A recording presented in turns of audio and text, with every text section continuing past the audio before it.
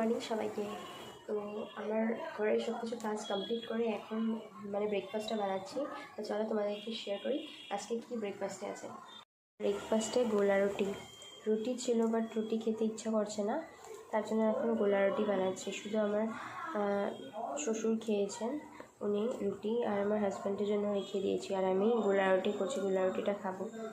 আর দেখো আজকে না রোদ্রু না বৃষ্টি হয়ে গেছে, কারণ রোজ ডেলি বৃষ্টি হচ্ছে। আর দুদিন ধরে কাপড়গুলো ধুয়ে দিয়েছিলাম, সেগুলো শুকায়নি। তো এখন রোদ্রুটা উঠলে ভালো, অল্প কাপড় টাপড় শুকাবে তাহলে।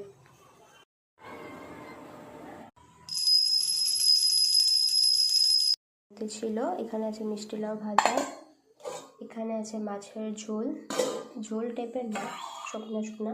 এখানে আছে শুটকি চাটনি আর ভাত আর ডাল। বিকালবেলার চা রেডি আজকে।